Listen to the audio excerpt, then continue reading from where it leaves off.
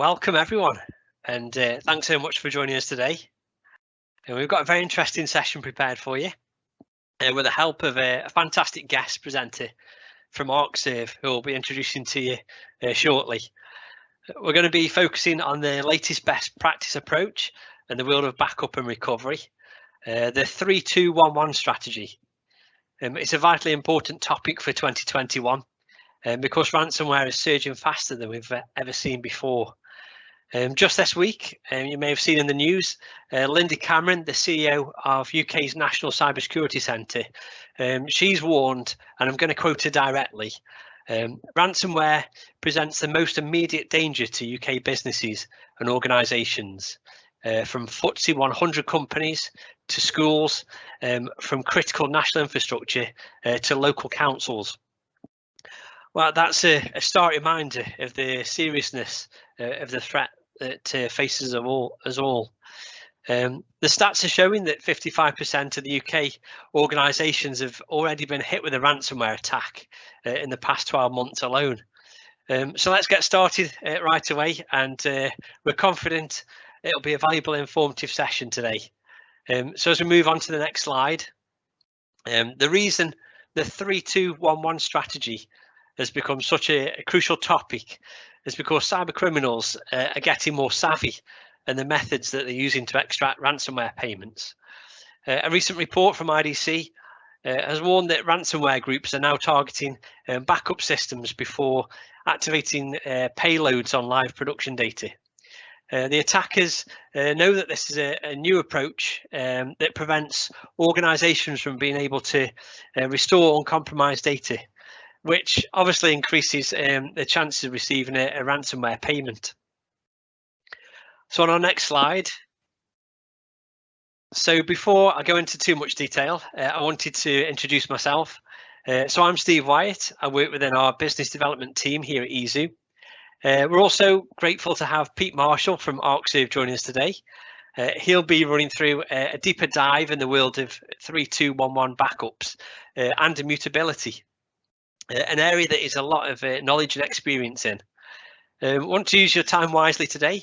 So this is a 25 to 30 minute session. So we'll be aiming to finish around about 3:30. So on this next slide, just to give you a quick overview of who we are here at EZU. We've been protecting our customers' businesses' critical data for over 15 years, and our purpose has always been to empower and protect organisations. We've around 70,000 end user clients that we help protect with both fully managed services and supported solutions. Our customers span the length and the breadth of the UK, covering a wide range of industry sectors. We're proud of our customers' testimonials and have a 4.9 out of 5 satisfaction rating. And you can see more of what our customers are saying about us if you visit our website. So just one last slide from me before I pass you over to Pete. I wanted to quickly add some structure to today's webinar. So here's a look at some of the topics we're going to cover.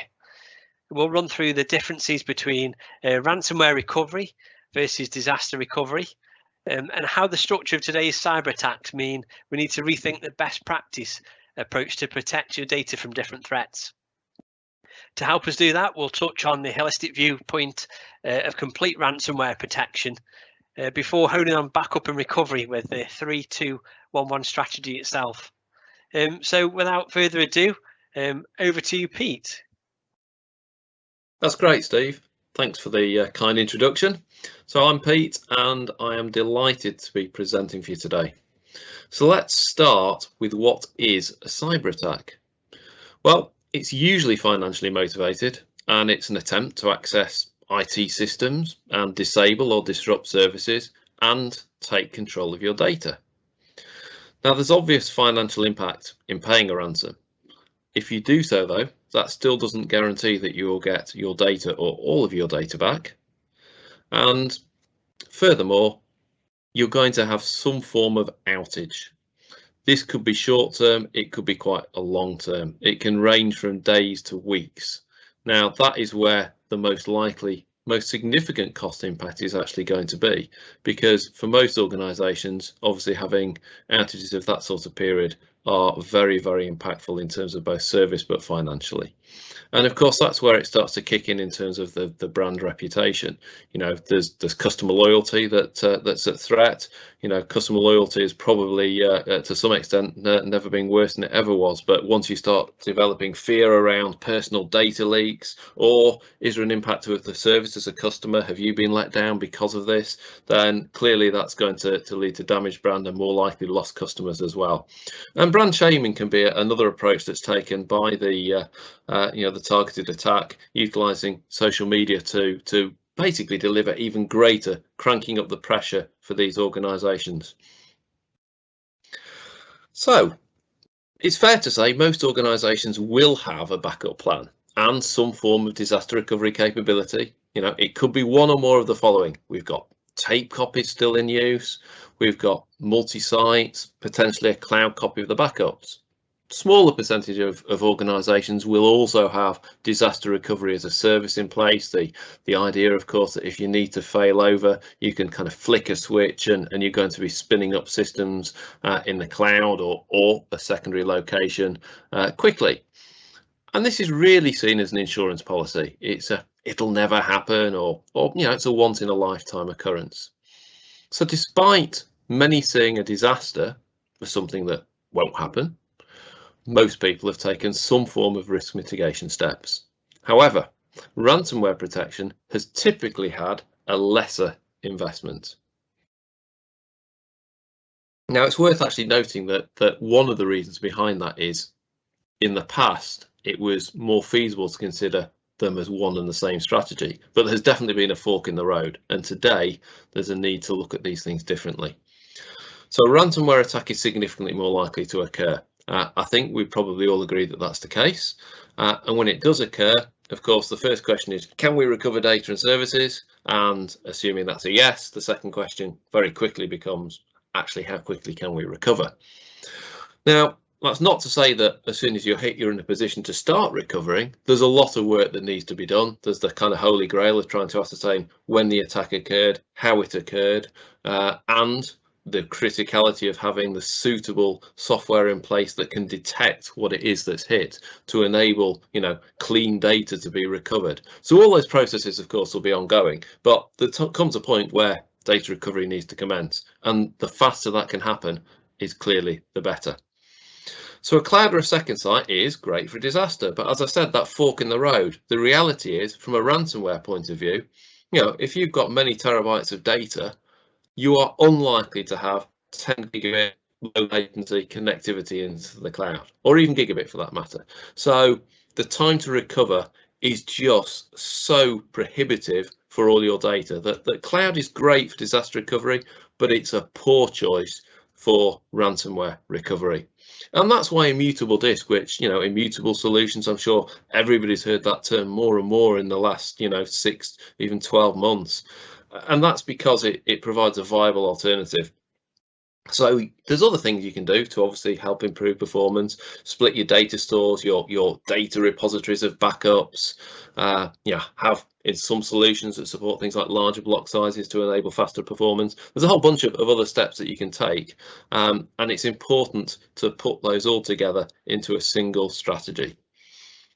So let's take a little look about the the landscape from the 90s when some of us were certainly old enough to be working, and that's when we first started to see the concept of viruses. Attacking standalone PCs was commonplace, possibly a small group of PCs, and it probably wasn't till the turn of the millennia where we started to see worm attacks, denial of service attacks. In effect, the bad actors taking advantage of the fact that there's a whole bunch of systems here connected by the network. Why don't we actually take them all out? And then around about 2008, we started to see evasive code. Now that can have multiple meanings, actually. One of those is, the intelligence of the software that's being used to initiate the attack being, intelligent enough to avoid detection. But actually, it can also be the ability to assess the environment. And actually, if it's classed as a hostile environment, i.e. the protection in place is seen as probably too good to overcome, it'll actually self-destruct, delete itself, in effect disappear, so that the code that can be used elsewhere in additional attacks without it being sort of compromised and lost. So there's a lot of intelligence that stemmed from evasive code. And then the one that we're hearing about all the time really came to the fore in 2017 in terms of people starting to see this, encryption-based attacks. But again, actually, in the last 9 to 12 months, the rate of encryption attacks has just absolutely gone through the roof. And then we shouldn't overlook this. Some attacks also, this is a less common attack than encryption, but they still do occur. The concept of data exfiltration, getting your data, getting it into some external source and then holding it to ransom because, your data could be leaked onto the internet. So let's take a look at how ransomware attacks might start. Absolutely the most common route in today is still phishing, because when all said and done, people are people and people will make mistakes. RDP attacks are also pretty commonplace as well. So what do we start with? Phase 1, the reconnaissance area, where what we're talking about is trying to get in. The phishing is successful, let's say. Start to look for the vulnerabilities within the customer's environment. Moving on from that, lateral movement, have a look, find network connected devices, move across the network. Now, credential dumping, stealing is actually a very, very critical part of phase 2, because that really needs to be successful to enable the attack to carry on successfully. And credential dumping, that's really all about extracting usernames and passwords, often gaining multiple credentials from a single system. And then this isn't a case of someone's done something stupid and left, a clear text file with user IDs and passwords in. This is intelligence to actually extrapolate passwords from systems memory. So a very critical process and very obviously advanced process. The next stage is then all about locating the key assets, tools like AV discovery, look to identify the backup system or systems, and identify multiple routes from the command and control center. So the command and control center, it might be cloud-based, it might be running on a compromised system within the organization, but this is absolutely where it's being controlled by the people initiating the attack. And then, of course, you move on to phase 4.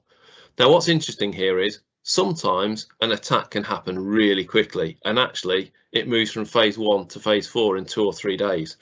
But actually, especially where organizations are probably doing, a really great job of keeping their environment as secure as possible, sometimes this process can take weeks, 3, 4, even 5 weeks before it gets to phase 4.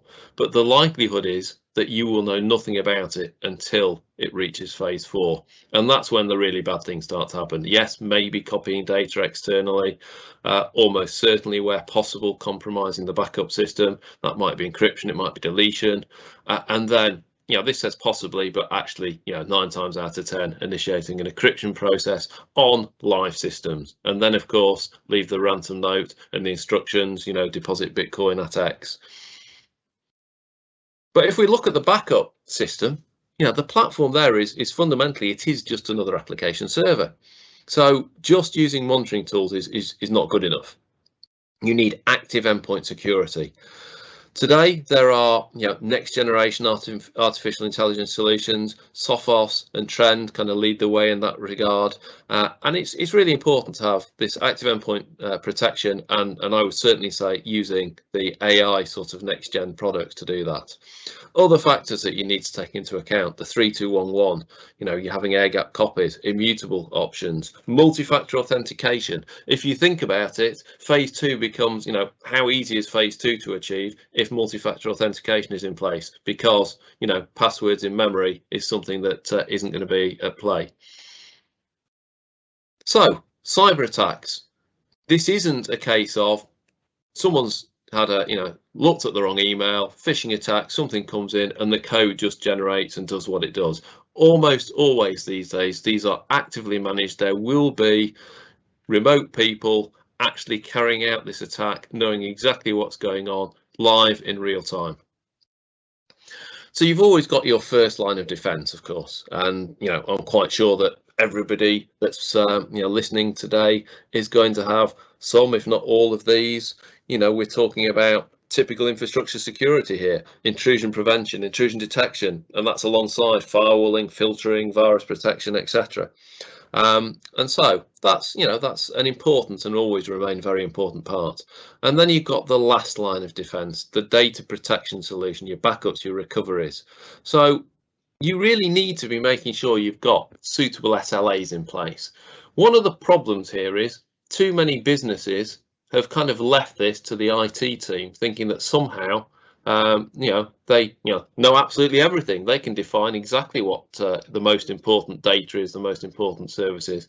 The reality is there should be data owners, there should be application owners from a business point of view, and actually heads coming together to discuss these things, to actually empower the IT team to define SLAs that are business driven, and that can ensure that your recovery point objectives and recovery time objectives are correct. And if you are needing to recover for whatever reason, you can obviously act accordingly. You need to take multiple backup copies. You need to have on-prem, you need to have off-site as well. Limiting access to the backup infrastructure, of course. So yes, specific IT personnel, role-based administration, maybe monitoring access for some people, recovery access for others, all those sorts of things. But of course, it goes beyond that too. We're also talking about locking things down from a networking point of view, only having active TCP ports open to the, between the backup system and other systems that are absolutely crucial. And operate off domain. Do not have your backup systems as part of your Active Directory. That is just making it easier for attackers if they manage to break through. And then different media. This is the immutable object stores and cloud space solutions.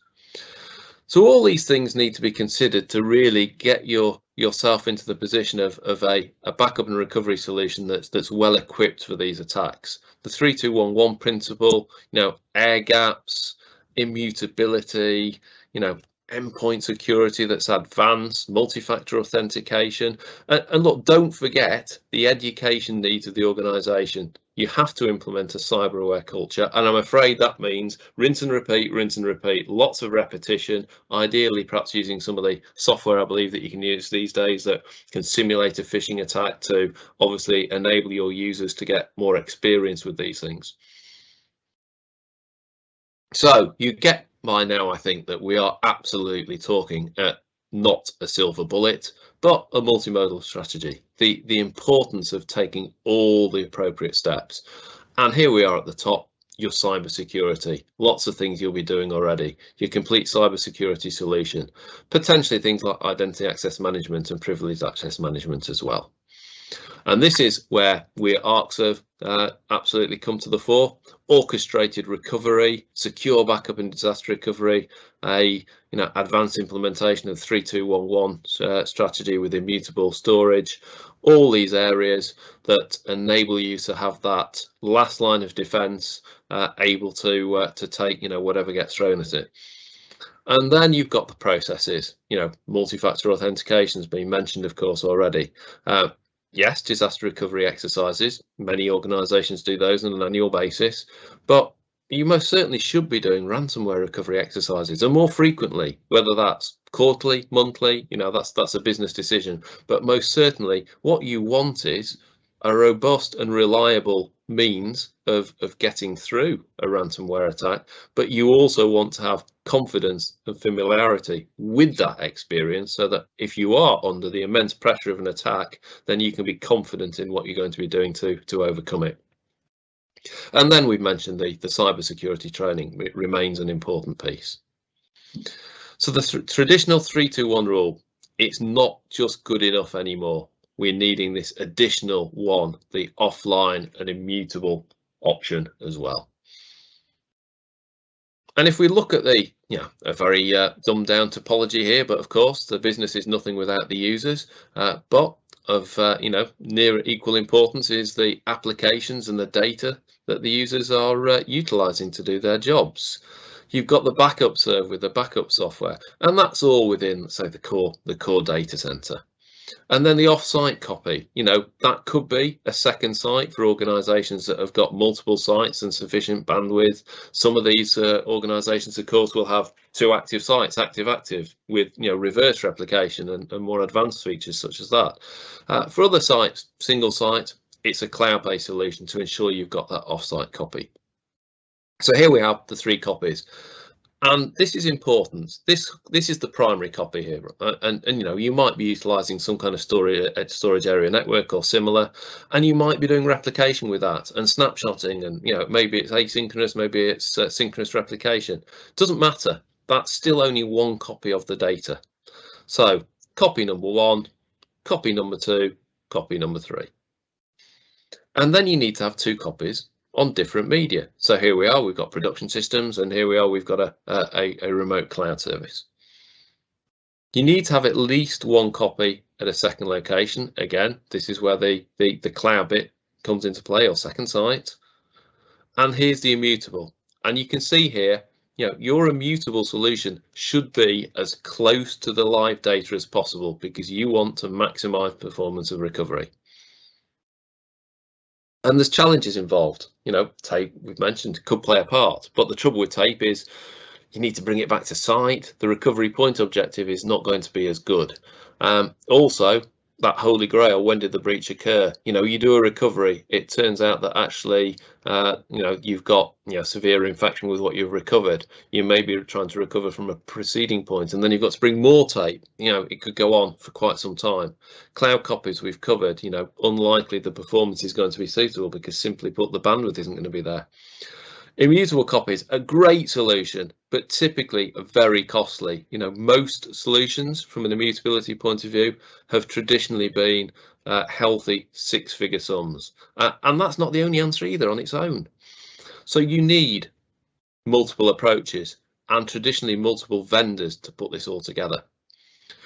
So ArcServe have got an immutable object store, OneSafe. So I'm not going to go into great detail about object stores themselves, but fundamentally what's worth understanding is that a traditional file system is there's blocks underpinning that file system, and they can be written, overwritten, a deletion can be occurred very easily, or an encryption, etc. With the ArcServe object store, what we have is unique objects written every time a write occurs to the cluster. Now, the cluster could actually be as little as 1 node or as many as 7 nodes, so it's very scalable. And what this means is that when a backup occurs, great, the live point in time will be updated and new objects will be written. So what that means is the next time one occurs, more new objects. Or if you get compromised and a deletion occurs, great, the deletion occurs, more objects will be created. But we have immutable snapshots that are near real time. Every 90 seconds on an active system, we'll be taking these snapshots, and they'll be kept for an hour. Then moving on from that, we keep hourly, we keep dailies, we keep monthlies. Now that retention is entirely up to you. So what we actually have is a locked down immutable copy. Now this isn't just a single point in time copy. If you've got 6 months worth of backups on disk, then what you would have if you recover, let's say from 6 hours ago, is 6 months worth of backups on disk, just from 6 hours ago and older. Or if you recover from 2 days ago, from 2 days ago and older. So it's all of that historical backup as well, which is really important. And the point here is the immutable retention is not the same as your backup retention. Backups are retained for however long you keep them now. Immutable retention will typically be smaller. 3 months is quite common. Multi-factor authentication, we've talked about the importance of this. We very much recommend with these devices, once we've got them set up, they don't typically need to change. So get your token, get it locked in a physical safe, have your change control to make sure it includes authorization, let's say from 3 different people at a certain level to release that. That gives you also peace of mind and acceptance from an audit point of view that actually an internal attack isn't feasible either. You can't have someone that can just go in and maybe start messing about with snapshots. Now, these are not like SAN-based snapshots. These are immutable, lockdown, inaccessible. There isn't a command that somebody could sneak in and run to delete them, and they will remain in place as long as that immutable retention exists. So we also deliver greater resilience for those that want to have, say, multi-nodes, and also obviously resilience and capacity growth. We have something called RF2 or RF3. This is replication factor. It's local to the cluster, be that one or more nodes. RF2, we will always store 2 copies of the objects. RF3, we will store 3 intelligently. In a 3-node config such as that, it will be across all 3 nodes. Even with RF3 in a single node, it would be across separate disks. So giving you greater resilience and also great expansion. Just add in another disk, add in another node, and it'll just grow on the fly. And for simplicity, NAS connectivity. NAS connectivity without the normal risk associated with SMB because of the immutable locked out snapshots. So the entire data store, if it's ArcServe or Veeam backup repository, because we love using this as a solution with ArcServe UDP, of course, because of the end-to-end capabilities from a protection point of view. But we do work with products such as Veeam as well. In fact, Veeam, which isn't so good at doing data reduction, we can overcome that limitation because you'll normally get 4 to 5 or even 6 times the data reduction when using with products like Veeam. So it's an open solution that can be used to complement an existing solution or part of an ArcServe UDP strategy. Of course, when it's with ArcServe, we give the addition Sophos Intercept X Advanced Edition, one of those artificial intelligence next generation endpoint protection solutions that I talked about earlier. And because it is a flexible solution, as I mentioned, Veeam, Commvault, Veritas, whoever, actually 365 backups, ArcServe, even file serving. You have some critical data that you want to store on an in effect NAS that's immutable. Absolutely, you can use this solution too. And here we've just showing a typical retention schedule for for your immutability, but entirely up to you what you actually use. So let's just summarize here. From an ArcServe point of view, we've got that end-to-end piece. ArcServe UDP is available as software to deploy on hardware of your choice or an appliance. Either way, you get Sophos Intercept X Advanced Edition. The OneSafe immutable data store, giving that immutability for a local copy, potentially tape if you wish, or cloud, the ArcServe cloud, also protected by Sophos Intercept X, or the public cloud, if that's your preference. So end-to-end solution there. And we are that confident that if you deploy our best practice, if we install a best practice solution for you, you do our certification training, we are prepared to underwrite this with a complete refund, money back guarantee in the event that we could ever not recover data following a ransomware attack. So that's where I want to bring it to a close from me today. Thank you very much for listening. It's been a pleasure to present for you today. Well, thanks, Pete. That's been a great overview of the 3-2-1-1 strategy. And I hope you all found that interesting and engaging, as I know I have. We know that webinars often end with a Q&A session. However, in our experience, we found it more beneficial for questions to be answered on an individual basis. So you can email any questions to us or use a live chat feature on our website, which is e-zu.co.uk. However, what I really wanted to highlight here is we really highly recommend you booking yourself on a 30-minute one-to-one consultation call. The consultation is focused on bringing value to you, not on trying to sell you anything, although we do have the tools available to implement a solution if required. There are no obligations whatsoever. I just wanted to get that out there.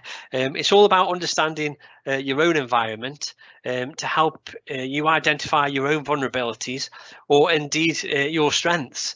And it's ultimately designed to establish the best approach for your needs. The call will be led by ourselves, along with one of ArcServe's expert consultants. It might even be with Pete, who you met today. Hopefully you've seen from today's session, he has a lot of expertise in this area. So the idea is that you'll come away with a lot more knowledge and understanding and not any pressure to take things further. You can book onto this call with any of the contact methods as displayed. And we've created a landing page. If you want to visit that, that's the address at the bottom there. There's a calendar that you can find and an option to choose a time and a date that's convenient for you. Or you can drop us a live chat comment, as I mentioned earlier, on our website, and we'll book you in right away. You've got everything to gain. It's an increase in understanding the best practices around ransomware recovery. We'll leave this page for the next minute or so, so it'll remain live when we disappear. But it'll give you the opportunity to make a note of the addresses. But as I say, if I can highly encourage everyone on this webinar to take the next step and book straight onto a call. Well, thank you so much for your time today. We really appreciate your time, and we hope this has been of value to you. Have a great rest of the day, and bye for now. Thank you. Bye-bye.